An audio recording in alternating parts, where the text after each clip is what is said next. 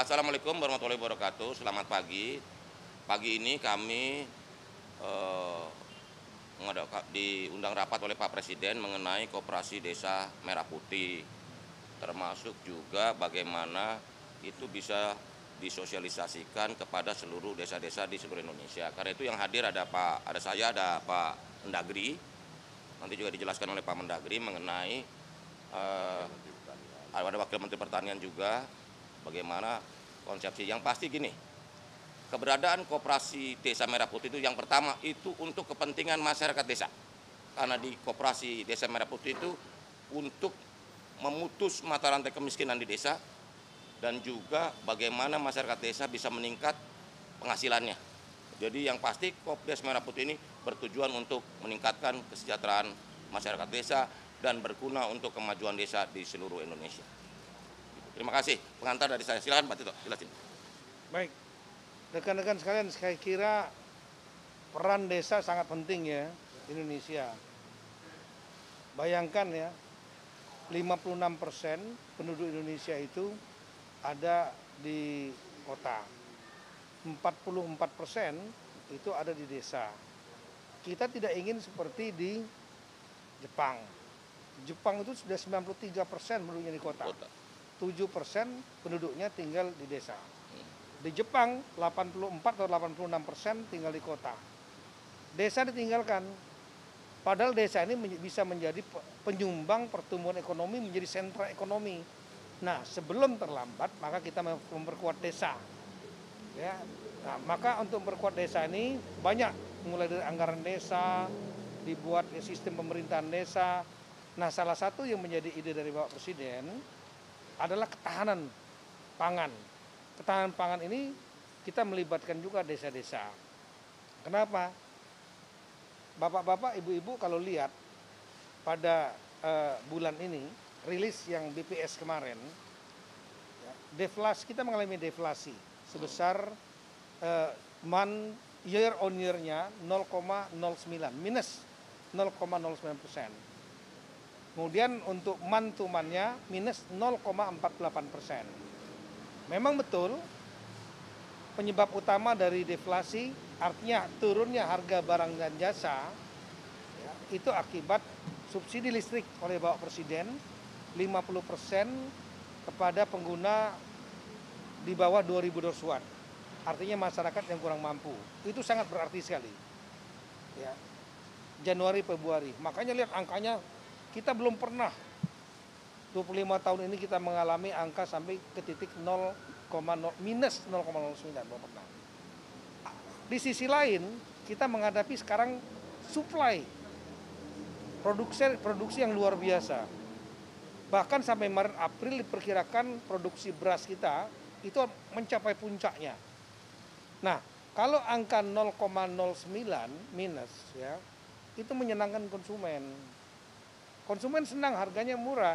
Coba lihat cek, beras harganya rata-rata turun.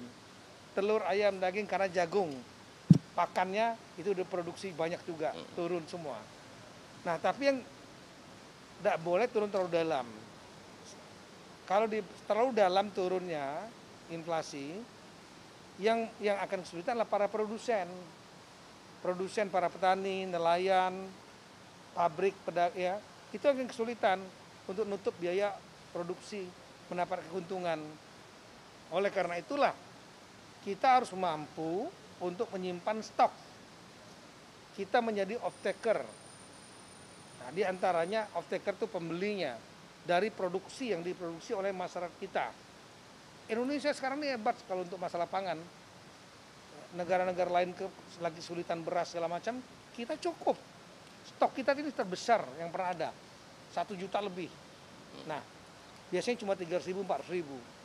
Nah, sekarang bagaimana untuk menjaga agar stok ini bisa terserap dengan harga yang wajar.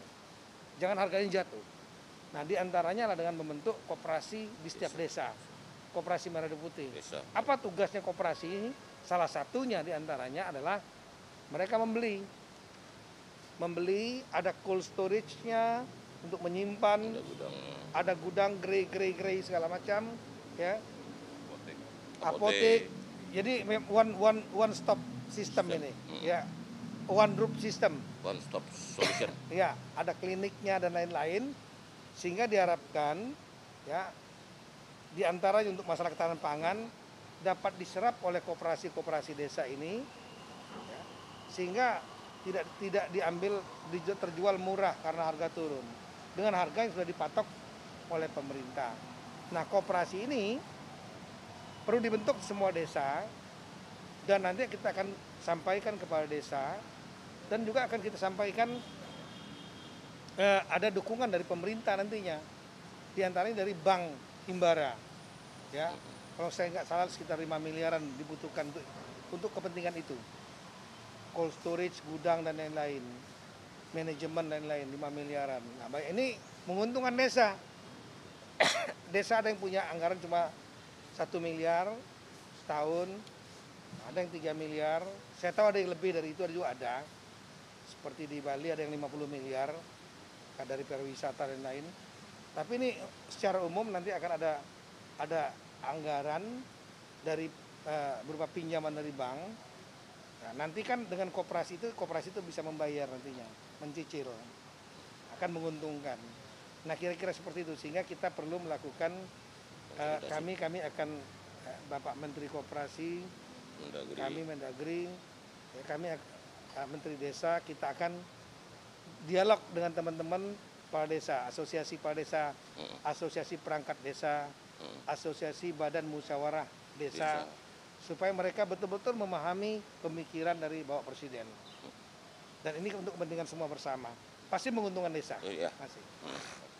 Jadi intinya gini, Pak Presiden tadi sampaikan Koperasi Desa Merah Putih ini untuk memutuskan rentenir, tengkulak, ya, pinjaman online, yang menjerat dan menjadi sumber kemiskinan di desa-desa.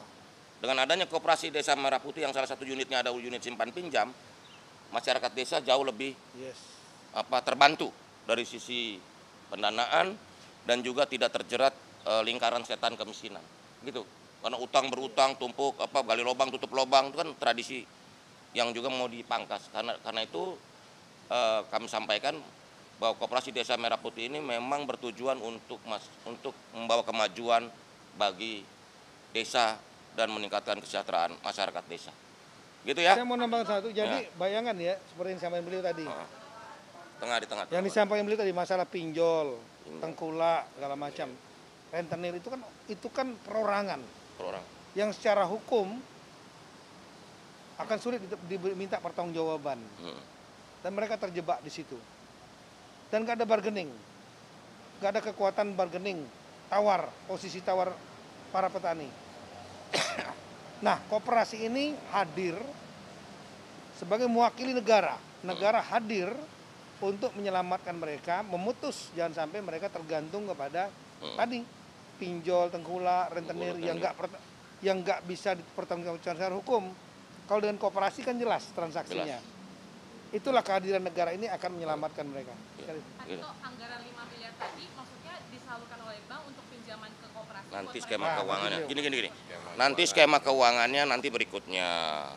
Soal skema keuangan, desain gudang. Karena di Kopdes Merah Putih itu nanti ada 6 outlet tuh. 1 outlet gudang, 2 cold storage, 3 kantor koperasi, 4 apotek hidup, apotek desa, 5 klinik desa, 6 unit simpan pinjam.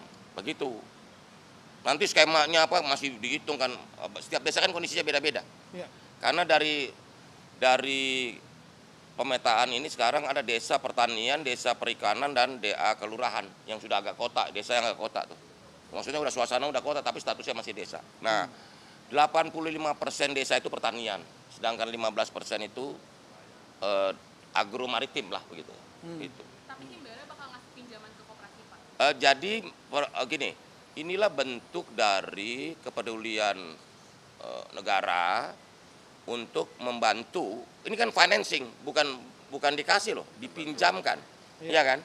Dengan skema-skema yang nanti kita diskusikan lebih lanjut dengan pihak-pihak perbankan. Anggarannya 5 miliar, Pak? Sampai saat ini dihitung dan mungkin sekitar segitu. 5 miliar untuk semua koperasi? Satu koperasi. Satu koperasi. Jadi kamu dari mana sih? Lumbung Teknos, Pak. Oke, pertanyaannya boleh juga. Nah, jadi begini, 5 miliar itu ada komponennya, ada bangun gudangnya, ada bangun cold storage-nya, ada bangun gerai-nya, terus ada truk. Paling nggak ada 2 truk. Bengkel. Truk dan bengkel. Jadi truk itu setiap desa punya 2 truk. Namanya truk desa itu buat ngangkut barang hasil desa, termasuk juga membawa barang-barang ke desa. Ya, Berarti satu koperasi ya, Pak? satu koperasi 5 miliar. Ya. Himbaranya siapa aja, Pak? Ya namanya Himbara ya sebut aja. Kamu kan lebih tahu dari saya Himbara itu siapa aja, ya? Oke, makasih ya udah ya. Ah.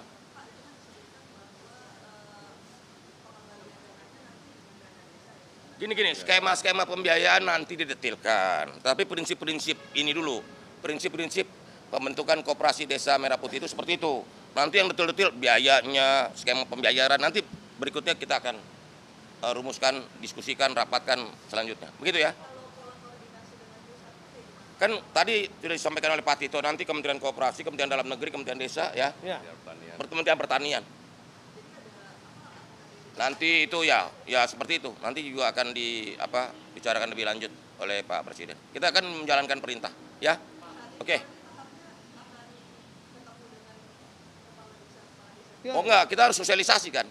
Bahwa ini gini, saya bertanya, Koperasi Desa Merah Putih itu tidak ada di Istana Merdeka, tidak ada di kantor Kementerian Koperasi, tidak ada di kantor Kementerian Dalam Negeri, tidak ada di kantor Kementerian Desa, tapi ada di desa Bapak-bapak, Ibu-ibu sekalian. Ya kan?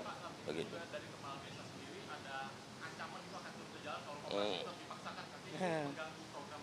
Gini, Pak Mendagri lagi jawab nih. Ini. Ya. Udah dibahas tadi. Jadi memang nanti kita akan melakukan diskusi. Ya, saya sangat sering dialog dengan teman-teman asosiasi kepala desa, ya, entah Abdesi, Papdesi dan lain-lain, termasuk Bamusdes, Badan Musyawarah Desa, perangkat desa. Jadi mekanisme dialog ini kita lakukan. Saya paham teman-teman daerah itu biasanya inginnya agar programnya 70% adalah bottom up. Artinya dari dimusyawarakan sendiri, mereka menentukan sendiri. 30%-nya menampung, mengakomodir kebijakan dari pusat. Tapi kali ini Bapak Presiden membuat suatu terobosan yang menurut saya luar biasa.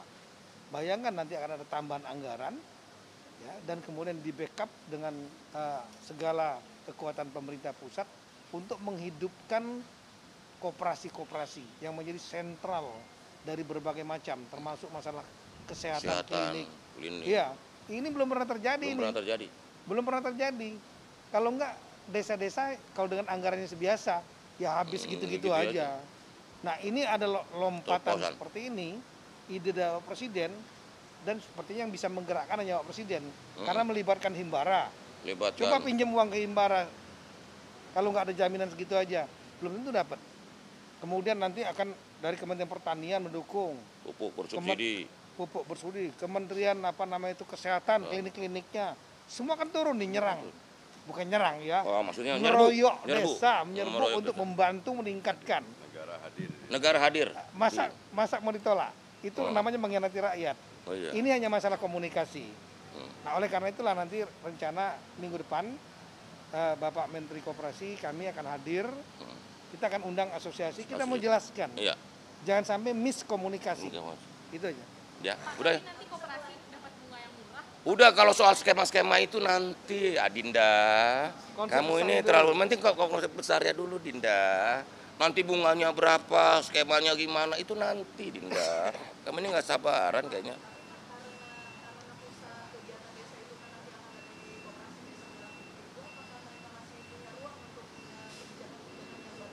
Gini loh, di desa itu punya 2 asas, 1 asas rekognisi, 2 subsidiaritas. Itu tetap bahwa pengakuan atas desa dan bahwa desa punya kearifan lokal masing-masing desa pasti dong. Cuman ini kan Kopdas ini benar-benar basic need ya, kebutuhan dasar warga negara, kesehatan, makanan, sembako gitu loh, permodalan dan sebagainya gitu. Jadi nanti jangan dikompetisikan. Ini justru melengkapi dan sangat berguna buat masyarakat desa. Ya, itu aja ya.